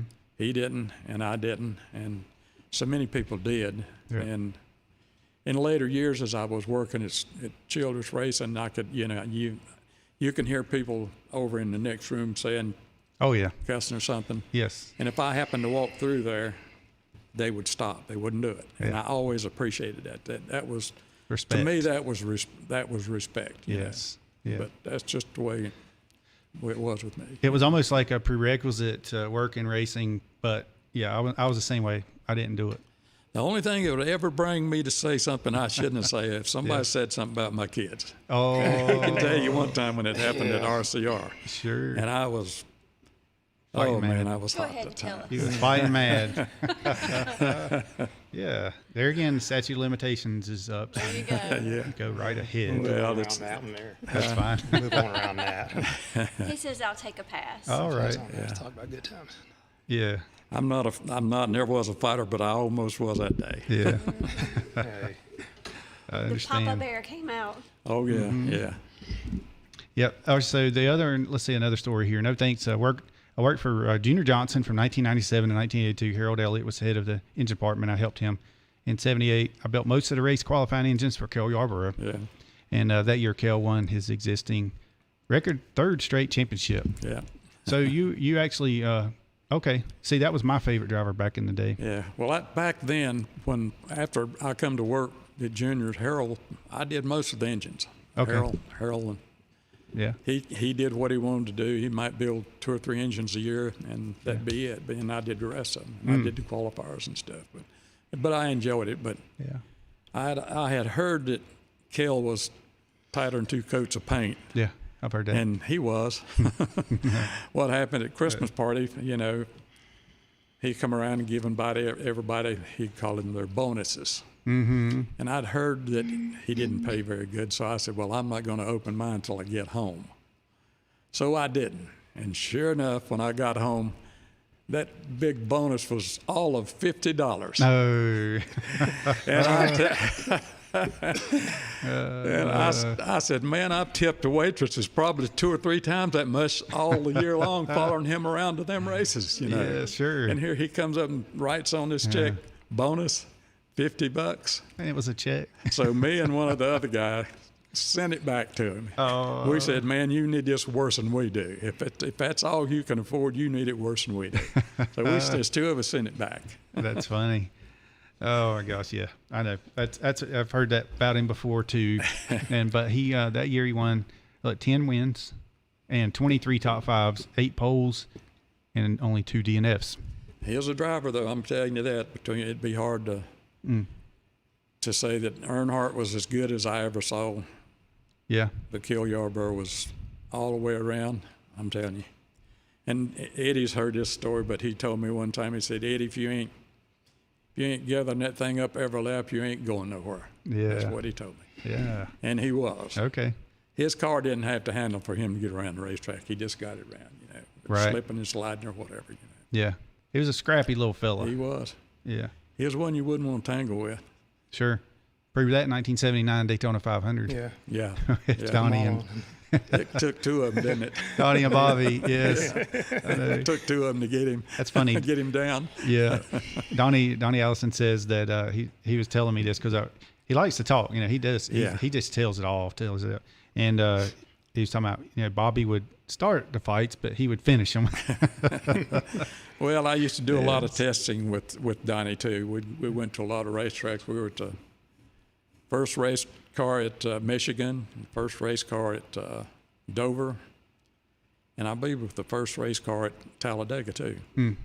So we tested a whole lot back then. Yeah. And when they wanted somebody to go testing, all they had to do is just point the finger at me and I was gone, because I wanted to get out and learn as much as I could and learn to be better, get better at it. Right. Yeah. And that's how you do it. Yep. That's what, like I said, you every day you learn something new, and that's just the way it works. So what's this? Euphoric High went to work for Richard Childress in 1987, promoted to chief engine chief in 1989 after Lula Rosa left. 88. It was 88. Okay. And your first race as the head of the department was with Earnhardt at North Wilkesboro. all places. Yeah, that was the very first race that we won after I started doing the engines. Okay. And so that was whenever Goodyear introduced this new radial tire, Winston Cup. Well, it was a Hoosier tire. Was it? No, beg your pardon. It was Goodyear. It was the very first race on the radials. Yeah, it was. Okay. Yeah. And we didn't run the Hoosiers. Yeah, I didn't think so. But some people did. Yeah. Yeah. I remember those. So Dale adapted quickly and motored to victory. That was your first as the team engine chief. And he won 5 races that year and finished second to Rusty Wallace in the championship chase. Yeah. By 12 points. And there was a lot of people that worked on that Rusty Wallace team. We were talking about Harold Elliott and gosh, so many people. The Dodson brothers, all 3 of them. Remember them all. And of course, we've had Don Miller on the show. You know Don Miller? I do, but I can't place his face. Of the Penske Rusty Wallace in those days. He said Rusty Wallace was his mail carrier or paper boy. Yeah, it was something like that. It was paper boy. And he just asked when I was young, I had 2 paper routes. I had one in the evening and one in the morning. I'd get up early in the morning and go deliver my first papers, come home and go to bed, and then sleep for a couple hours, and then get up and go to school. And then after school, I had my second paper route. So I was supporting myself, buying my own clothes and stuff from the time I was just 13, 14 years old, Yeah. See, I remember riding around in a car with my neighbor tossing them, but I had 180 customers on a bicycle in the evening. Oh I think it was 184, something like that. And I got to where I could go down the road, no hands on the handlebar, just throwing paper in both directions. Just how about that? Yes. What do you think about that, Bryson? He's just 16, by the way. If you didn't know. Oh, is that right? Yeah, he's just a 16-year-old strapping young man. And so he's taking all this in. And he's single. Well, he's single too, yes. Yeah. I think Tracy's working on that, but that's what I hear. Yeah. Well, you got a while to think about that. Does. Yeah. You'll have a lot of decisions made before that decision's made. Oh yeah. Yes. All right. So trick fan, I doubt there was an engine builder who hasn't tried to sneak an illegal device or gimmick past NASCAR, right? So I know you have one of those. Well, if you don't, you ain't working hard enough. That's exactly right. Yep. It's not illegal unless, Unless you get caught. Yeah, that's right. In the rule books, it doesn't count. Yeah. I did something, and it's that trick fan spacer you was talking about. Mm-hmm. And we run it on Harry Gant's car, and I left their employment in June, the middle of June, and they got caught with that thing at the end of June. And I think they probably always thought I told about it, but I never did. I never told anybody about the fan spacer. Yeah. It was something that I wanted to keep. If I ever had to use it again, I could, Yeah, right. Yes. But it was so simple that that was in 1986. Yeah. Mm-hmm. That's about the time Dad quit. That's the one that Dick Beatty said he was just amazed at it when he saw it, when he found it. So, yeah. And I always get along real well with Dick Beatty. What I did one time, he made a call that I didn't like, and he's up in the tower up there, and he made a call that I didn't like, and I just sort of shot him the bird. Sort of, huh? And he said, he come over the radio. I had a headset on. Yeah. He come over the radio and said, "You might not want to do that again." Yeah. Okay. Oh my gosh. Dick Beatty's the one that lived down there in Charlotte where we lived, pretty close off of Toddville Road. Toddville. Because we see all the Winston Cup vehicles lined up in his yard. He got all of those things that people that were illegal, and he called it his Hall of Shame. Hall of That's what Shame. he called it. Yeah, and I guess maybe the Hall of Fame has got some of it now. I don't know. Yeah. But they should have. They probably do. Yeah. I like to go down there and look at all the stuff. I take a video or whatever so I can go back and look at it later and study up on it. But basically, you had the cooling fan that bolts to the front of the engine. It could creates drag, and on big tracks you don't really need that. Right. And some people now, they could take them off. Well, when I was going to the track, they just take them off for qualifying. But back then, you had to run it. Yeah, you had to run it. And what we'd do is put a flat fan. Everybody had to have a fan on, and everybody put a flat fan on. Mm-hmm. But it still turned around. Yeah. And what I made a gizmo that spacer, it looked just like a spacer when it was so close, the tolerance was so close, that when we got ready to qualify, I'd tune the engine up and everything, and then the last thing I'd do would be to put that fan on there, and then I got up underneath the car, and I just put a little piece of wire that run up and hooked into the hole of the fan, a little bit of hole on the fan. Mm-hmm. It hooked in, it wouldn't let it turn. Now, if it ever cranked us up, and they might have caught it, and that's probably how they caught it. Anyway, when it was on Harry's car. Yeah, that's how they caught it eventually. That's where we run it to start with at Talladega, and it really like 0.2 of a second, and that's a lot. Mm-hmm. Yeah, that's a lot. But honestly, I never told on them. I don't know how they found out about it unless they just caught them with it, That's right. This is confession time. Get it out. Yeah. we're document everything right now. If I'd have told, I probably had reason to tell on them, but I never would. Yeah. Of course not. That's one thing too in racing. You don't want to burn any bridges because you always end up working with the same guys again a lot of times. Oh yeah. Come back around. Yeah. Sure enough. Or if you ever needed a job, then you don't want to have that. You don't want to get a reputation because it can happen real easy. Your reputation. Not Irvin.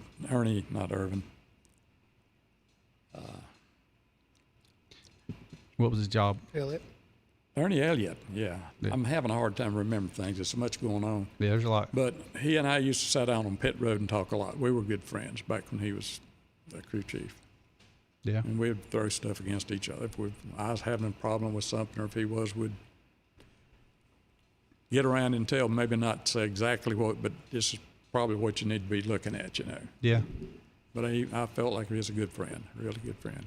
I remember one of the races, it seemed like it might have been an Ernie Elliott engine that they were blowing head gaskets. And they would put that, the stuff in it, the engine. I forgot what it was called. It's sodium silicate. Liquid, that's it. Yeah, liquid glass. Yeah. But they were blowing head gaskets. I don't know if you remember that. That's been a long time ago. Yeah, I remember putting sodium silicate in them. We cracked cylinder heads a lot on those V8 Chevrolet when we were running the cast iron head. We'd crack them things a lot. Okay, yeah. And would put a pint of it in before they started the race. Mm-hmm. And then if something happened, if it got a hole in the radiator or a hole in the cylinder head or something, it most of the time it fixed it. Yeah. Maybe it was in between the two cylinders where the exhaust valves were, 1.3 or 3.5. Got real hot there, didn't it? Yeah, it did. So we started drilling holes and stuff in the deck. Yeah, we had to do that too. Yeah. One of those things, Bryson, you do that whenever you're engine builder. So what is your Sounds good, yeah. What is your aspirations for hold on, let me get this camera on Mr. Bryson here. There we go. There you go. And what do you aspire to do in the racing world? So, well, I think anything in the racing world is probably, going to be pretty good, but I want to get into motorsports broadcasting, so the MRN side of things, the radio side, I guess. Because, I want to be at the racetrack and I want to be able to talk about racing for the rest of my life. And somebody told me that if you do something you love, you'll never work a day in your life. So that's my goal. That's what I'm trying to do. So, well, it's a lot less like work. Yeah, Enjoy it. Mm-hmm. So hopefully we can make something like that happen. Who knows, So, well, that's my goal, I guess. Very my good. aspirations. I like that. You got to have goals. Yeah. I never had a day that I dreaded going to work at Childress Racing. Mm-hmm. Yeah. And most of the other places, not at Juniors either. I enjoyed going up there, but there's a place or two that I.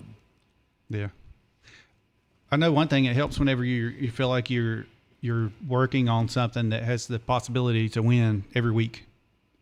I remember working for Robert Yates or for Roush Yates and being disappointed that we didn't win that weekend. Yeah. And it's like, well, we didn't win anything this weekend, not even in the Xfinity or whatever, and then the Monster or Sprint Cup, and then they're disappointed. Go to work. Well, there's a lot of times if we'd won a race with an engine and it would seem to be the best one we had, we'd just take it right back to the shop and rebuild it. Mm-hmm. Have it ready to go, drop down in the car for the next race. Because you always wanted to go with the best stuff you had. Yeah. And the drivers would say, I want that same set of heads back that you just put this in the engine that we just won with, or ran.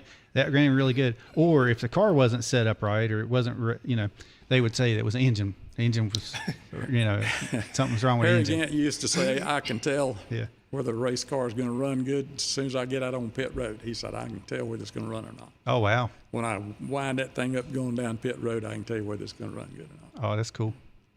Yeah. Well, that's because he's probably one of these drivers that can make it turn where he wants it to go, right? Yeah. So. Well, when I first started doing the engines for Earnhardt, me and Earnhardt and Richard were all in together discussing me doing the engine program for him, and I just casually asked Dale what he liked to feel in his engines, and he just come back and said, well, he said, if you get that thing off the corner for me, I'll get it into the next one. Oh. That's what he told me. He All said, right. you get that thing come off the corner, and I'll get it into the next one. Okay. That's cool. So he'd rather have it coming off. If you ever went to the racetrack at Atlanta, he always just buried that thing down in the corner. Yeah. Okay. You could hear everybody else getting out of the throttle 100 yards before he did. Yeah. I think Sterling was like that too. I remember watching him at Atlanta and thinking, man, this is how I know Sterling Marlin is a good driver, because he would not he was hammered down at Atlanta. You know how fast that track was. Oh, yeah, it was fast. Mm-hmm.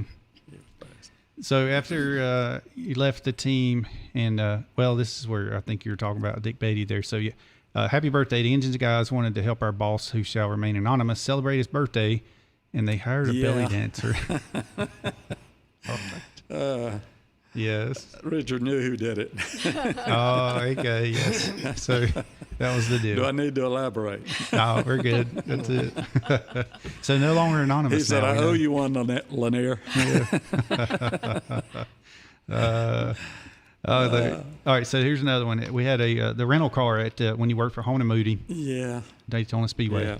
The Sandman. Oh, Horace Smith. I remember him. I love that man. He's a good guy. Hmm. We got through testing down there one day, and all the roads weren't paved inside the track like they are now. There were sandy roads. Road leading to the tunnel was just a sandy road. So, and you had to turn left to turn down into the tunnel at that time. So it was all in a rental car. There was about 6 or 8 of us in there, 2 or 3 of us in the front seat, and so I was driving the car, and the window was down, the left window was down. So. I started to make a turn left to go into the tunnel down under the tunnel there.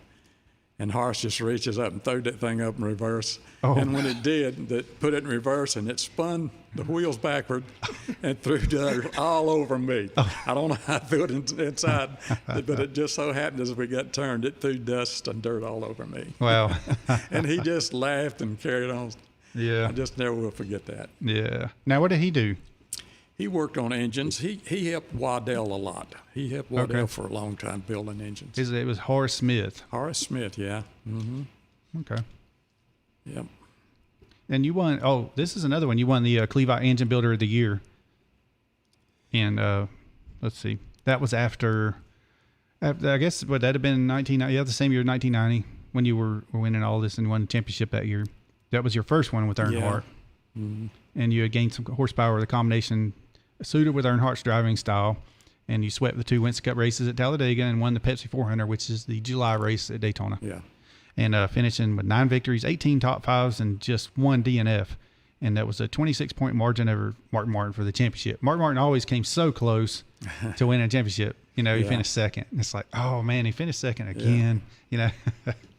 But, Clevite Engine Builder of the Year award. That was great. Well, I got 3 of those. Okay. And, you got your picture with the trophy, or did you get to keep the trophies? I got them. Got them. Yeah. Okay, good. As a matter of fact, I was going to win it at the last race, which was Atlanta, and Earnhardt. They wanted to take a picture of me and Earnhardt and a picture of the trophy. And Earnhardt said, "Have you won it yet?" He said, "No, but he's going to." And he said, "No." I said, "We ain't taking no picture, not till we win it." So when the race is over with, yeah, we got a picture tape with the trophy. Oh, that's good. Yeah, very good. I actually got some of those myself, but I didn't. It was like we won as a whole, like Doug Yates. Yeah. And when Doug Yates will win, and just like, well, we get it too, kind of thing. Well, they had what they call the Clevite Engine Builder of the Year. So you'd get a, depending on where you finished in it, you'd get a big trophy if you won it, if you were number one, and you'd get a smaller plaque if you were second or third or whatever. I think it paid back to three positions, but they were good for the sport. Yeah. Was there ever a time where Earnhardt, let's say after Earnhardt won a race, and then he said your name on TV or anything like that? Oh yeah. He appreciated it, and as a matter of fact, that particular year, the very first restrictor engine I built for him, I wasn't at the racetrack. Didn't get there till the next day, and so as I was coming through the fence, he opened the door, and there was a fence you had to go through at Daytona. So as I was coming through the fence there, through the gate, I said fence, but the gate, he saw me and come run over and just grabbed me and hugged me and said, "We got some suds now." Yes. I never will forget that. I had two people named, not Earnhardt, but Dale that come in there and hugged me. One of them was Dale Inman. I built the Daytona engine for Richard Petty, and went that first year, and he's another. And as soon as I got in there, said, "Here comes our race engine builder," and grabbed me and just hugged me. You can't.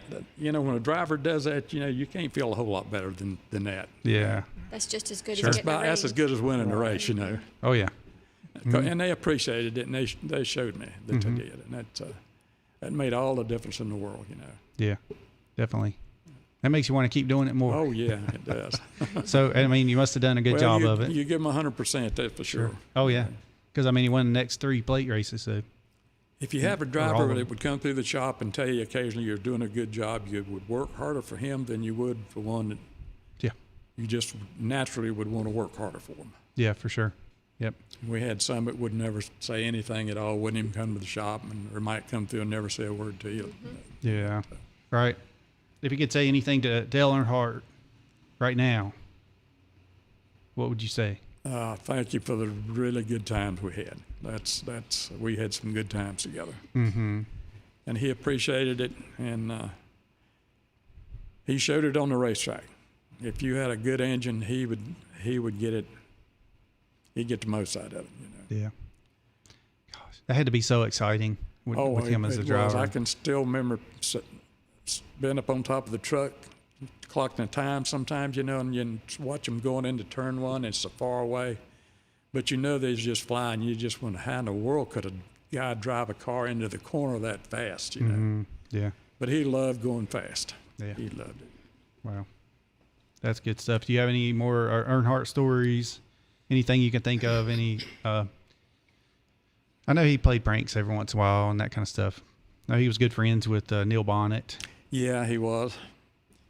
I will say this, it wasn't a prank, but when we were doing the truck program, we didn't have a chassis dyno. So we took our truck down to Earnhardt's shop and had to dyno it down there. So while they were dynoing the truck, he said, "Come on, Lanier." So I didn't know what he was going to do. He said, "Come on, Lanier." So he's getting his truck. So he got me in his truck, and we rode out through there, and he showed me and said, "You see them bucks laying over there?" And I said, "Nah." He said, "You don't see them $2 laying over?" And I said, "Yeah, I do." Yes, sir. I sure do. So he took me around and showed me all these bucks and does and everything was around there. He said, the officer told me I've got too many does. The buck-doe ratio needs to be lowered down, and said he said they told me I need to take a couple of doe out of here, so you need to come down here and kill you a couple of deer. Oh, okay. But I never did get around to doing it. But and ain't many people he'd let come down and shoot any deer at his place. I'm sure. Yeah, because he had that. Down beside the shop was his house and his fenced-in property. Yeah. And that property runs all the way over to Linwood Road or whatever, Deal Road. He broke his hand one time on a guy that shot one of his deer. Do you remember that? I've heard that story. Yeah. Yes. Well, he did. He punched him. He punched him bad. Shot because he found out he killed his friend. I saw that on TV here recently. Really? The story or the story was on TV. Yeah, I'm trying to remember where I heard that. And he he admitted it. Yeah. But at the banquet that he just said he broke it. He didn't tell how it happened. At the Right. banquet. Yeah. How about that? But Tracy? he did tell it on TV. Mm-hmm. Yeah. That's a cool story. Yeah. Did you have any questions, comments No, from anybody? Everybody else has gotten quiet. Okay. Well, y'all, thanks for tuning in. We'd say hey to Dickie Dennis, Mitchell, and Courtney there, Philip Riot, and let's see here, Dickie Dennis up in Virginia, Mark Wright, and we had Sissy Odell in Statesville. And thank y'all for tuning in. Sorry if I missed anybody, but you can always go back and you're going to rewatch this video. It usually keeps building the next couple days or so. And if y'all have any questions or comments, y'all can put them on here, and then we'll go ahead and answer them. And if I don't have the answer, I'll make sure that Eddie gets the question, and then he can answer it. Sounds good. And then, but you got any parting words for our listeners? Well, I just appreciate the people that's listening, and I appreciate you having us on tonight. It's really been a pleasure for us to talk with you and hash over some good old memories. Yeah, for sure, man. It's been a pleasure having you. Yeah. And how did we get? Who was it that was telling you about getting you on my show? Ernie Ulmer. Yes, it was. It was Ernie Ulmer. Yeah, he asked me every Sunday at church. He said, "When you going on? When you going on?" So 2 weeks ago, he said, "When you going on?" I said, "Well, it's going to be the 16th. It's going to be Monday." Yeah. He said, "Well, good." She said, "You'll enjoy it." Yeah. Good. Good deal. Because I've been we talking have. to you for good. I'm glad you enjoyed it. I've been talking to you for several months now. Yeah, and busy. I kept having things come along and all the COVID stuff going on, and I said I got to make sure that all that's behind before we get too involved anyway. But we really enjoyed it. Yeah, totally understand for sure. And I also want to thank your son for coming on. Thanks for letting us tag along. Yeah, Thank man. you. The second. Yeah, the second, not junior. The second. That's it. All right, Eddie Lanier the second. Yes. All right, and thank you, Mr. Bryson. Yeah, thanks for letting me come hang out. It's Yeah. been fun. I always enjoy being here, and I consider it a great pleasure to be here. Did you learn anything? Yeah, I learned a lot. Good. I need to start bringing me a little notepad or something so I can. But it's all recorded, so I can go back. And Yep. You can rewatch it. Yeah. That's it. Yep. I was going to say you could always go back and rewatch it and take notes. You got copies of this? Yes, sir. You can have that. Yep. And you'll be able to, go back on in 10 years from now, hopefully, and you can watch it again. So, yeah.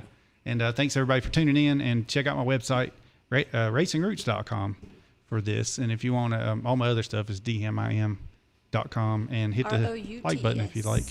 Yeah, ROUTES, yes. I named it that, ROUTES, because I know I always tell the story, that I posted on Twitter one time, ROOTS, and it said, "This may contain sensitive content."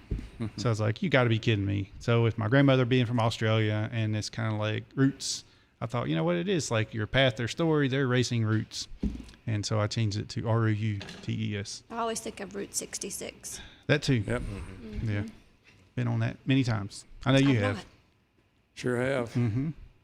Yep. All your Went on a travels. trip several years back and spent a lot of time on Route 66. Mm-hmm. Yeah. It's a good route. It goes all the way across the country pretty much. Yeah. All right. Well, y'all have a great rest of your week, and tune in next Monday. We're going to have Peggy Flock, who is the daughter of two-time NASCAR champion Tim Flock. And she also had Bob and Fonnie were her uncles. And then she had an aunt that raced some. And then she had a pet monkey that would get in the car with Tim Flock. Yeah. With Jocko Flocko. Yeah, I remember that. Can't wait to hear that story. I remember him talking about it. I don't, not that far back. Right. Yeah, so we're going to hear that story. I ran into her down at Daytona, or down at the North Turn restaurant, Racing's North Turn, back in February. And I said, "Hey, tell me that story." And I was like, "No, wait a minute. I want to have you come on my show and tell that story about and she said, "Well, it was our pet monkey." And so I got to get this recorded. So anyway, she's going to come in and tell us about it. So it'll be good. Yeah. That's somewhat different, isn't it? Mm-hmm, yeah. And I think Mr. Bill Ryan is going to come on the end of the month. Yay. Yep. And it's going to be Memorial Day. So I'm going to have to make sure that's okay with him to come up here, because I'm all on for a Monday. Yep. It's on a Monday. And so, but yeah, Peggy Flocks is next Tuesday. We're going to switch it to a Tuesday. This one time. We don't typically do that. So, but that's okay. It'll be good. So y'all have a great week. And thanks again for coming on. And we'll hopefully have you back on sometime. We'll get sounds Gail good. and Thank you all. Yeah, but thank you. And y'all have a great week. We'll see you next Monday. Bye. Selecting diamonds directly from the world's most renowned master diamond cutters. Accessing tens of thousands of diamonds to find the very best. Going straight to the